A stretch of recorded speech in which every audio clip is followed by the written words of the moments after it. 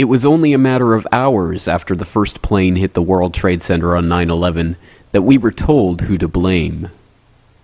I hope we do not compound this tragedy by reaching out to make accusations before the FBI and the CIA inform us of what happened. That is exactly what happened, of course, after the Oklahoma City bombing. The highest degree of probability associated with this attack, which had remarkable coordination and logistical sophistication, would be Osama bin Laden's Al-Qaeda group.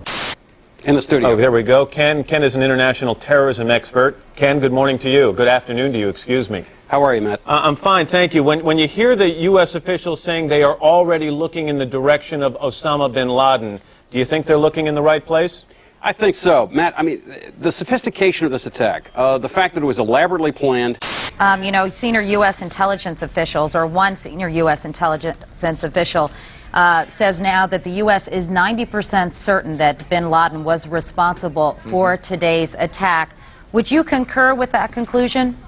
I think that's a very good possibility. You have to look at who has the organization and who has the capability to do something like this. And of course, bin Laden's Al-Qaeda organization has to be right at the top of the list. Right now, suspicion focuses on Osama bin Laden, but first things first. The FBI is combing the wreckage for evidence, and all U.S. military bases and embassies are at the highest state of alert. Now, we are told from sources earlier today that senior administration officials told key members of Congress that they are, quote, certain, based on the evidence they have gathered so far, confident, I'm sorry, not certain, confident, based on the evidence gathered so far, that people and organizations associated with Osama bin Laden are responsible for this. But coming out of the National Security meeting tonight, I was told by a senior administration official they do not want to jump to conclusions here. The administration will say nothing publicly about that. This official saying, quote, we're going to take a little time to sort this out. So the president being briefed. Many of us in the Western world knew little or nothing about Osama bin Laden and his shadowy Al-Qaeda terrorist network before watching the tragedy of September 11th, 2001 unfold in real time on our television screens. Some had heard bin Laden's name before in connection with the financing of high-profile terrorist incidents, like the 1998 U.S. Embassy bombings in Africa, or the bombing of the USS Cole in 2000. But a more detailed understanding of this man, his background, and the network of Islamist jihadists we are told he is directing, remains largely the purview of South Asian scholars, counterterrorism experts, and government officials.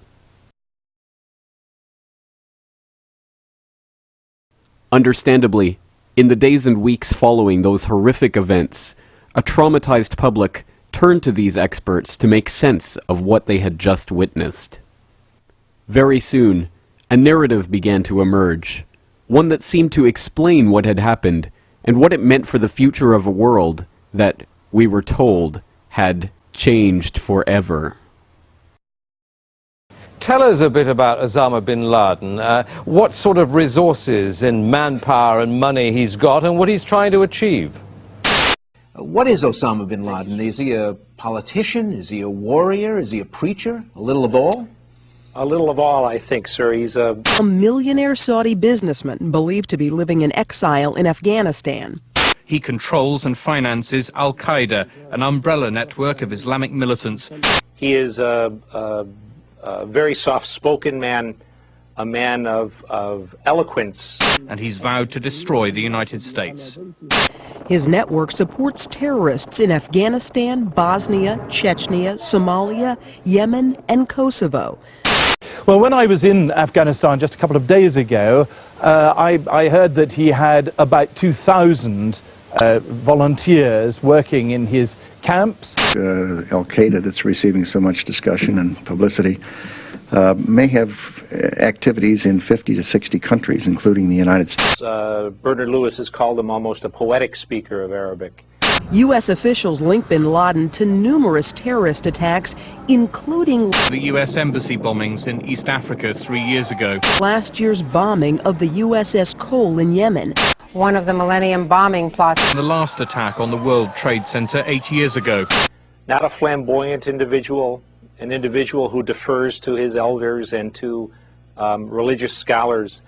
Osama bin Laden is a name that we have been hearing all day long as an individual who may, and we emphasize may, be responsible for these terrorist acts. They now believe that bin Laden was responsible. He's probably far away in the mountains now. He's got his own communication system, which the Americans can't apparently chip into in any sense.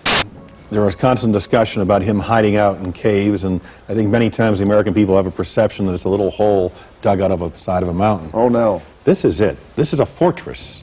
The tall, thin bin Laden's goal, in his own words, is to unite all Muslims and establish a government which follows Islamic law.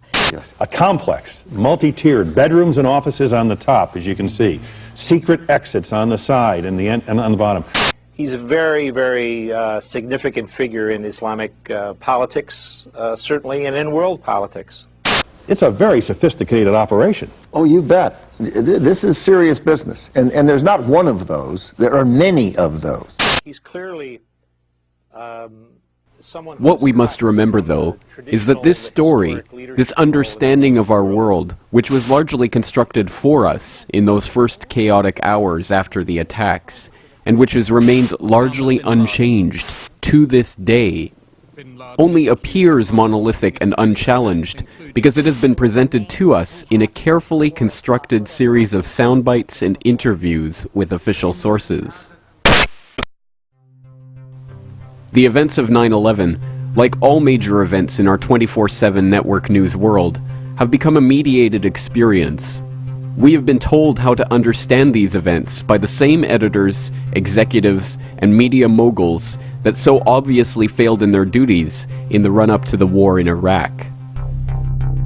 The truth is that the story of Al-Qaeda is much more complex than we have been led to believe. That Osama bin Laden is at best the dupe of Western intelligence forces and likely their collaborator. That he may in fact have died shortly after 9/11. And that his all-pervasive Al-Qaeda organization, with its alleged link to seemingly every terrorist incident in the world today, is in fact a media creation, a childlike simplification of a complex web of organizations led and populated by double agents and fictitious characters. The truth is that Al-Qaeda, as we have been led to understand it, does not exist. This documentary is the story of those pieces of information that call into question and ultimately destroy the Al-Qaeda myth. After all, for anyone who still believes that the government could tell no lie about a subject as important as this, we should remember that not even the Bush administration blames Osama bin Laden for the attacks of 9/11. So we've never made the case or argued the case that somehow Osama bin Laden was directly involved in 9/11. That evidence has never been forthcoming.